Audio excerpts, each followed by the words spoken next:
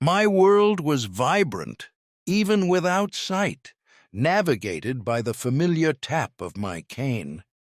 But one morning, that gentle tap was mistaken for a menacing weapon, plunging me into a nightmare I couldn't see coming. The familiar rhythm of my cane tapping on the pavement was the metronome of my life. Tap, tap, scrape. Sidewalk crack. Tap, tap. The slight dip of a driveway.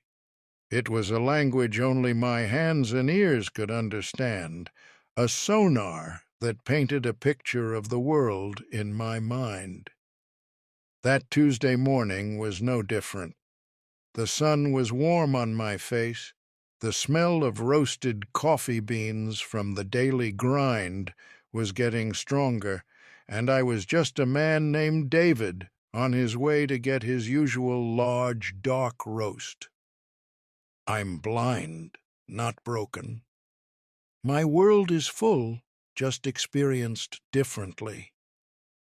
I was about a block away from the coffee shop when a new sound cut through the morning symphony. A car door slamming shut, too close. Heavy, deliberate footsteps approaching fast. Before I could turn my head towards the sound, a voice barked in my ear, loud and aggressive, making me jump. "Freeze! Drop the weapon!" My blood ran cold. Weapon? My heart hammered against my ribs, a frantic drumbeat of pure terror. I froze instantly, my hand tightening on the worn leather grip of my orientation and mobility cane. It was a gift from my grandfather, the one he'd used for 20 years before me. It wasn't a weapon, it was an extension of my own body. I don't have a weapon, I stammered, my voice trembling. I tried to turn my head to face the voice, to show I was no threat. "Don't move! I said drop it! The stick in your hand!" the voice commanded, inches from my ear. The stick? My cane?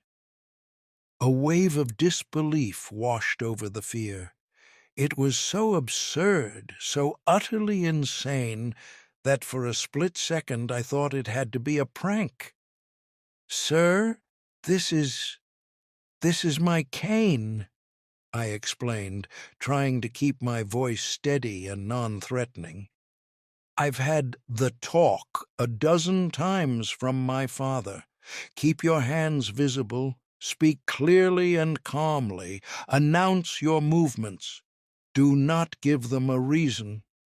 I'm blind." There was a snort of derisive laughter.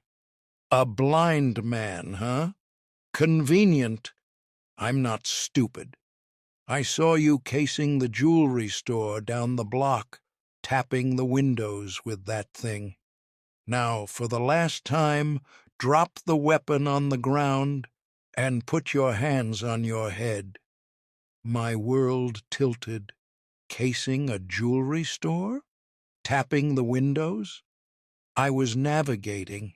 I was using my cane to follow the building line, to feel for doorways and obstacles.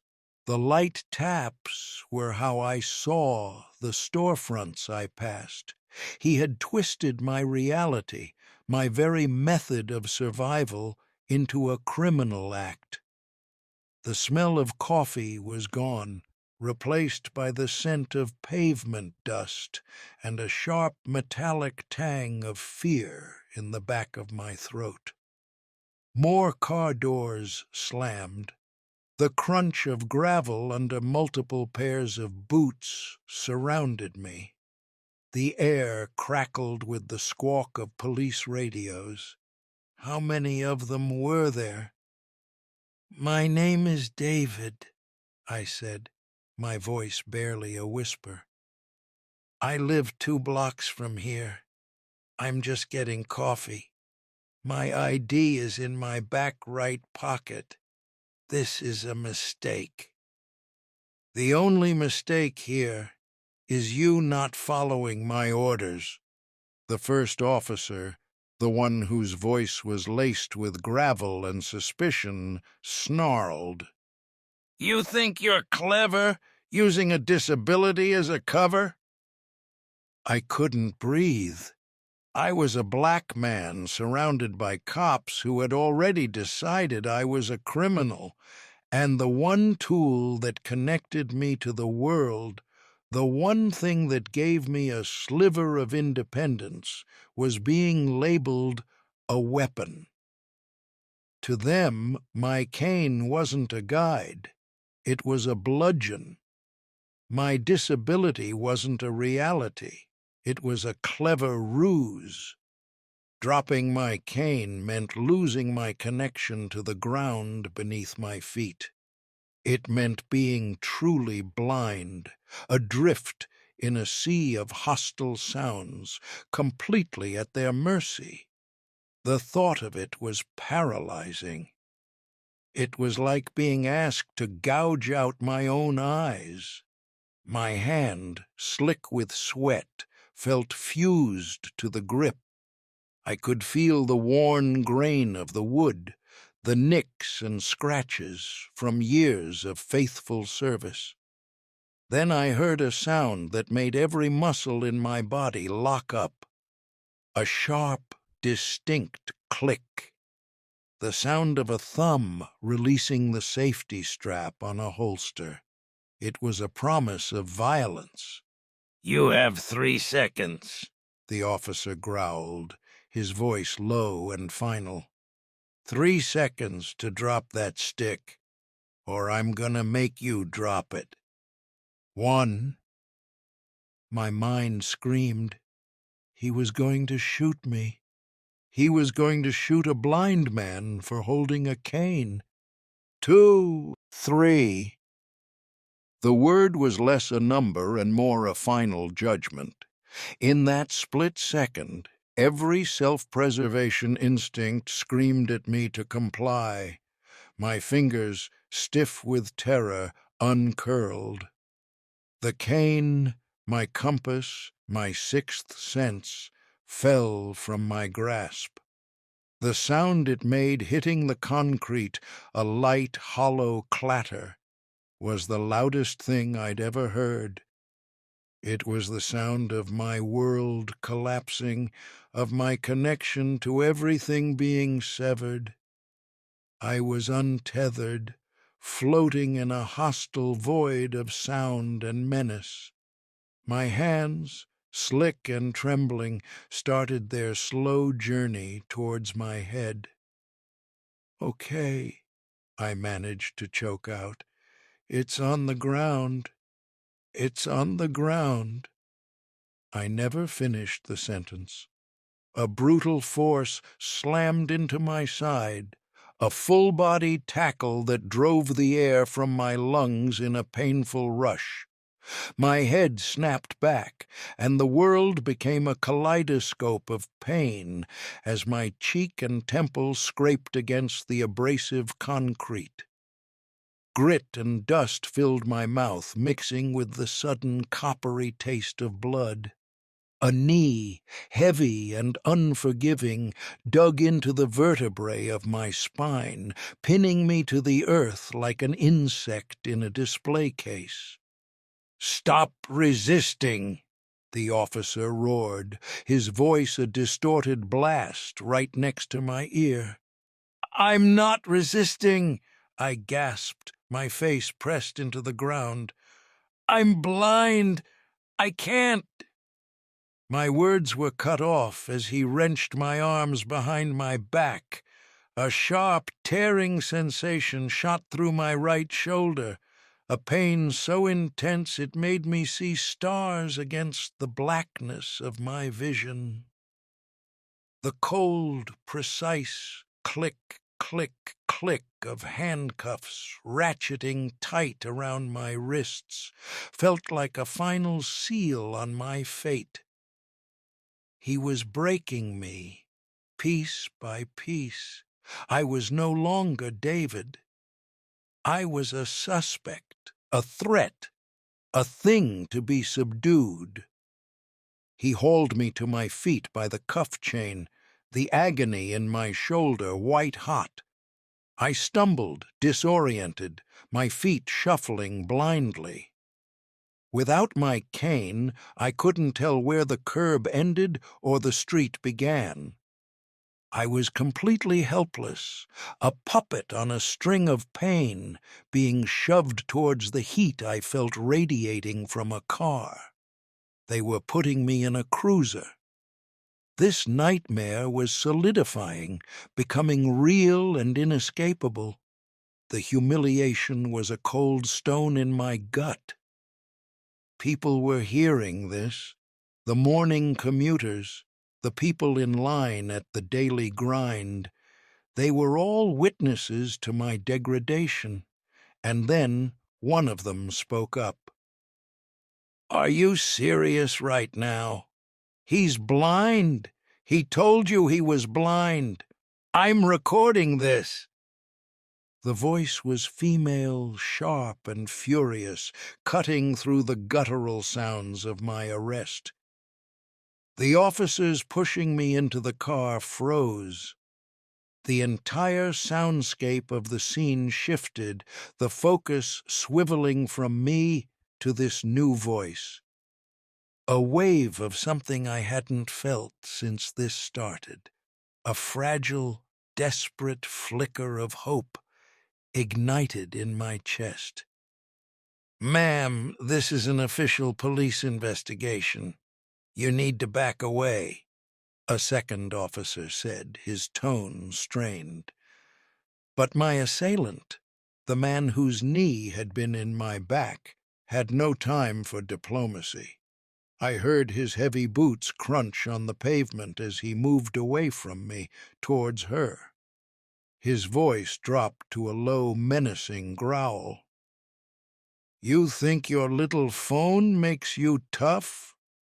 This is none of your business. Turn it off." "No," the woman said, her voice shaking slightly but holding firm. "You are badge number 734, and you just assaulted a disabled man who was complying with your orders. The whole world is going to see this." There was a terrifying silence for a beat. I was half sprawled in the back of the patrol car, straining to hear, my own pain forgotten for a moment. This woman, this complete stranger, was standing up for me. She was my only chance. Then Officer 734 spoke, and his words were colder than the steel on my wrists. "You want to be a hero? Fine. Let's see your ID. You're now obstructing a felony arrest. Hand me your phone. It's evidence." "Hand me your phone," Officer 734 repeated, his voice tight with fury. "It's evidence now." But his bluff was called. Before the woman could even respond, a new voice, older and calmer, cut through the tension. "Miller, stand down, now!" A supervisor. I could hear the shift in the air, the subtle deflation of Miller's aggression. The woman, whose name I would later learn was Sarah, didn't hand over her phone.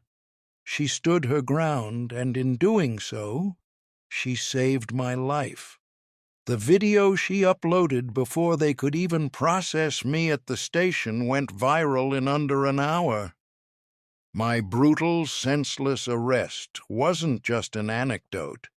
It was a high-definition, time-stamped reality for the world to see. The charges against me were dropped before sunset. The public outcry was a tidal wave. My story was on every news channel, my face plastered everywhere. But it was the video that did the real talking. It showed me dropping my cane. It showed Miller, Officer 734, tackling me from the side while my hands were already going up. It captured the sound of my shoulder tearing and my face hitting the pavement, and it captured Miller's menacing threat to Sarah. My private humiliation became a public symbol of police brutality. A civil rights attorney, one of the best in the country, took my case pro bono. The discovery process was a revelation. It turned out I wasn't Officer Miller's first victim, just the first one with an angel filming over his shoulder. He had a history, a pattern of aggression and excessive force complaints, 12 of them to be exact. All of them had been internally investigated and dismissed. My case, thanks to Sarah's video, was the 13th. The 13th complaint was the one that finally broke the blue wall of silence. The city knew they couldn't fight it. My injury was severe. A torn rotator cuff that would require surgery and months of painful physical therapy. The emotional trauma was harder to quantify, but just as real. The city offered to settle. They offered a lot. My lawyer fought and we settled for $1 million. It was a staggering number, but it was never about the money. It was about accountability. It was the price of their negligence, the cost of letting a predator like Miller wear a badge and carry a gun. Officer Miller lost everything. He was fired from the force, his career gone, his name permanently stained. The district attorney, under immense public pressure, pressed criminal charges for assault under color of authority.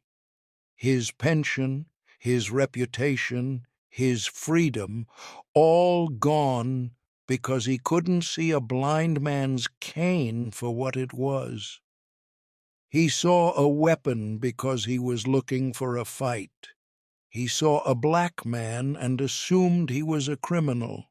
He was the one who was truly blind. 6 months later, the sun was warm on my face again. My shoulder ached, a dull, constant reminder, but it was healing. I walked down the same stretch of sidewalk, my new cane, a lighter graphite model, tapping out a familiar rhythm. Tap, tap. The slight dip of the driveway. Tap, tap, scrape. Sidewalk crack. I reached the entrance to the daily grind, the smell of roasted coffee beans welcoming me home. A bell chimed as I opened the door. "David?" a familiar voice asked. It was Sarah. We had arranged to meet. I smiled, turning my face toward the sound of the woman who had become my friend. "The usual," I said to the barista, then turned back to her. "Thank you doesn't seem like enough." She just smiled, and I could hear it in her voice. "Just being a decent human being isn't supposed to require a thank you," she said. We sat down, and as I sipped my dark roast, I thought about my old cane, my grandfather's cane, which now sat on my mantelpiece. They had tried to turn it into a weapon, but in the end it became a tool of justice. And the tap-tap-tapping on the pavement was no longer just the sound of a blind man walking. It was the sound of a man who had faced down the darkness and walked back into the light.